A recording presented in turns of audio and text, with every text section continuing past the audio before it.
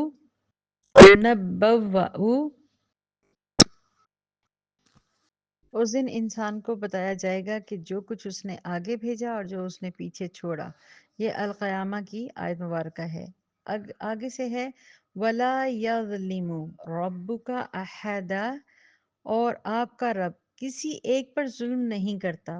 یہ وہ وقت ہوگا جب اعمال کی جزا دی جائے گی اور وہ ان کا اقرار کریں گے. اپنے اعمال کی وجہ سے ہی انسان رسوا کیے جائیں گے اور ان کے اوپر عذاب واجب کر دیا جائے گا. اللہ رب العزت نے فرمایا ذَلِكَ مِمَّا قدمت ایدیکم وَأَنَّ اللَّهَ لَيْسَ بِظَلَّامٍ لِلْعَبِيدِ. اس وجہ سے ہے جو آگے بھیجا تمہارے ہاتھوں نے اور یقیناً اللہ تعالیٰ اپنے بندوں پر کچھ ظلم نہیں کرنے والا. یہ سورۃ آل عمران کی آیت کا ترجمہ ہے. مطلب یہ دیکھیں یہ آیات ایک ہے، اس کو الگ الگ آیات پورے قرآن میں بار بار ریپیٹ کیا گیا ہے تاکہ انسان اس سے نصیحت حاصل کرے، نہ کہ انسان یہ کرے کہ اس کے اوپر یہ سمجھے کہ شاید میرا تو کوئی حساب کتاب نہیں ہوگا، مجھ سے تو کچھ بھی نہیں پوچھا جائے گا، یا میرا اعمال نامہ جو ہے وہ بالکل کلیئر ہے کیونکہ میں نے تو بڑے نیک کام کیے ہیں. ہم نے کسی کے بارے میں اگر دل میں کوئی بری بات بھی سوچی ہوگی وہ بھی اس اعمال نامے میں، جسے ہم کہتے ہیں نا اعمال نامہ، وہ پیش کر دیا جائے گا قیامت کے روز. کچھ بھی نہیں چھوڑا جائے گا. سیدہ عائشہ رضی اللہ تعالی عنہا سے روایت ہے کہ رسول اکرم صلی اللہ علیہ وآلہ وسلم نے فرمایا، جن گناہوں کو حقیر سمجھا جاتا ہے ان سے بھی بچو، کیونکہ اللہ تعالیٰ کی طرف سے ان کا مطالبہ کرنے والا بھی قیامت کے دن ہوگا۔ یہ ابن حبان کی یہ روایت ہے۔ ایک اور مجھے بات یہاں سے یاد آئی، میں اپنے الفاظ میں شیئر کرتی ہوں مختصر کر کے، کہ سیدنا سعد بن روایت ان کی طرف سے یہ روایت ہے کہ آپ صلی اللہ علیہ وسلم فرماتے ہیں کہ جنگ حنین کے موقع پر نبی اکرم صلی اللہ علیہ وآلہ وسلم نے فرمایا، جو جو کچھ بھی تمہیں ملتا ہے وہ اکٹھا کرو، جمع کرو۔ تو تمام صحابہ اکرام نے وہ جمع شروع کرنا کر دیا۔ کسی کو کوئی قطرہ، کوئی تلوار، کوئی چھری، کوئی کانٹا، کوئی چیز، کوئی کچھ بھی جنگ کے معاملات جو ہوتے ہیں، کھانا، یہ چیزیں ملی، وہ قطرہ جمع کیا۔ تو آپ نے دیکھا کہ جیسے ہی وہ صحابہ اکرام اکٹھا کرنے لگے تو وہ قطرہ کرتے کرتے کرتے ایک اچھی خوشنما پہاڑی نما مطلب چیزوں کا ڈھیر لگ گیا۔ میں اپنے الفاظ میں بتا رہی ہوں، آپ کو بار بار کہہ رہی ہوں کیونکہ روایت لمبی ہے، بتانے میں میں نے اس کو مختصر کیا۔ تو آپ صلی اللہ علیہ وآلہ وسلم نے اس موقع پر بھی یہی فرمایا، جس طرح تم نے یہ چیزوں کو پہلے چھوٹی چھوٹی تھیں، کرتے کرتے ایک پہاڑ بن گیا، اس ہی طرح سے قیامت کے روز بھی ہمیں لگتا ہے کہ یہ چھوٹی سی چیز ہے، اس سے کیا فرق پڑے گا، لیکن وہ جب قطرہ قطرہ آپ اکٹھے کریں تو وہ ایک پہاڑ کی شکل اختیار ہو جاتی ہے۔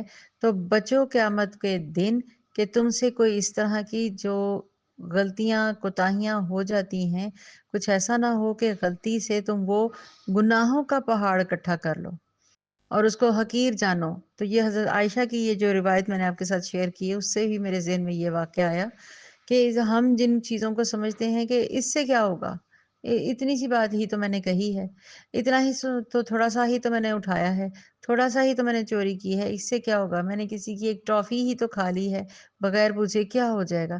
یہ چھوٹی چیزیں بھی قیامت کے روز کہیں پر کٹھی کرتے ہوئے جب ہمیں خیال نہ رہے تو وہ کہیں پہاڑ، گناہوں کا پہاڑ نہ بن جائے۔ اِنَّا لِلَّهِ وَإِنَّا إِلَيْهِ راجعون۔ اس سے ایک اور بھی بات آئی ذہن میں کہ سب سے پہلے جو ہے نا، اول میں انسان کو اس کا اعمال نامہ یہ تحریر کیا ہوا دکھایا جائے گا۔ اقرأ کتابک کفی بنفسک الیوم علیک حسیبا۔ یہ تفسیر ہے مزری کی 140۔ اس کا معنی ہے، ابن جریر نے لکھا ہے کہ قتادہ نے بیان کیا، جو شخص دنیا میں پڑھا نہ ہوگا وہ بھی اس وقت نامہ اعمال اپنا پڑھ لے گا۔ اللہ اکبر، اللہ اکبر۔ جب ہم کہتے ہیں نا کہ یہ عربی میں لکھا ہے، یہ ہم کیسے پڑھیں گے، یہ انگلش میں پڑھا ہے یہ ہم نہیں پڑھیں گے، یہ اردو میں لکھا ہے یہ تو ہمیں سمجھ نہیں آ رہی، یا یہ پرشین ہے، فارسی ہے، جو بھی لینگویج ہے تو ہمیں یہ سمجھ نہیں آ رہی، لیکن یہاں پر علماء اکرام نے لکھا ہے کہ قیامت کے روز انسان اپنا اعمال نامہ ہر ایک زبان کے اندر، چاہے جو بھی زبان ہوگی واللہ عالم، وہ آسانی سے پڑھ لے گا۔ اسی طریقے سے سیدنا ابو ہریرہ رضی اللہ تعالیٰ عنہ کہتے ہیں، رسول اکرم صلی اللہ علیہ وآلہ وسلم نے فرمایا، جس نے اپنے غلام کو ایک کوڑا بھی ناجائز مارا تو اس سے قیامت کے روز بدلہ لیا جائے گا۔ یہ طبرانی کی روایت ہے۔ آپ اندازہ کریں کہ آپ صلی اللہ علیہ وسلم نے ایک ایک بات کو واضح کیا، یعنی کہ ہم جن چیزوں کو غیر معمولی سمجھتے ہیں، یہ مارنا، گالی دینا، یہ اور باتیں ہیں۔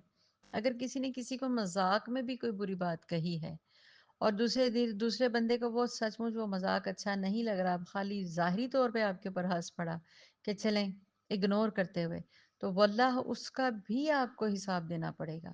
اسی لیے اپنی زبان سے جتنا بھی ہو سکے کم اس طرح کے الفاظوں کو دہرائیں، نکالیں جو اللہ کے ہاں ناپسندیدہ ہوں اور کہیں آخرت میں جا کے آپ کی پکڑ کا سبب نہ بن جائیں۔ اب بڑی بات کی طرف آتے ہیں کہ سیدنا ابو امامہ رضی اللہ تعالیٰ عنہ سے روایت ہے کہ رسول اکرم صلی اللہ علیہ وآلہ وسلم نے فرمایا، جس شخص نے جھوٹی قسم کھا کر کسی مسلمان کا حق مار لیا، انا للہ و انا الیہ راجعون۔ خود سوچیں آج کل کے دور میں کس قدر حق مارے جاتے ہیں۔ آیت پڑھتے ہیں، آگے سے روایت پڑھتے ہیں۔ جس شخص نے جھوٹی قسم کھا کر کسی مسلمان کا حق مار لیا، اللہ نے اس کے لیے جہنم واجب کر دی اور جنت حرام کر دی۔ ایک آدمی نے عرض کیا، یا رسول اللہ صلی اللہ علیہ وسلم، خواہ وہ معمولی ہی سی چیز ہو۔ آپ صلی اللہ علیہ وسلم نے فرمایا، خواہ پیلو کی ایک ٹہنی ہی کیوں نہ ہو۔ یہ مسلم کی روایت ہے 353۔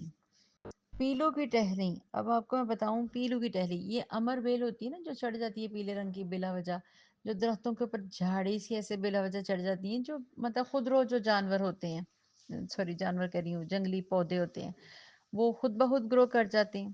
تو آپ صلی اللہ علیہ وسلم کی اس طرح کی مثال دی پیلو کی لکڑی کے حوالے سے، باقی اللہ تعالیٰ بہتر جانتے ہیں، کہ خواہ وہ ایک پیلو کی لکڑی، مطلب تم نے ایک ناحق بندے کے اوپر ظلم کیا تو وہ اس کی بھی پوچھ ہوگی۔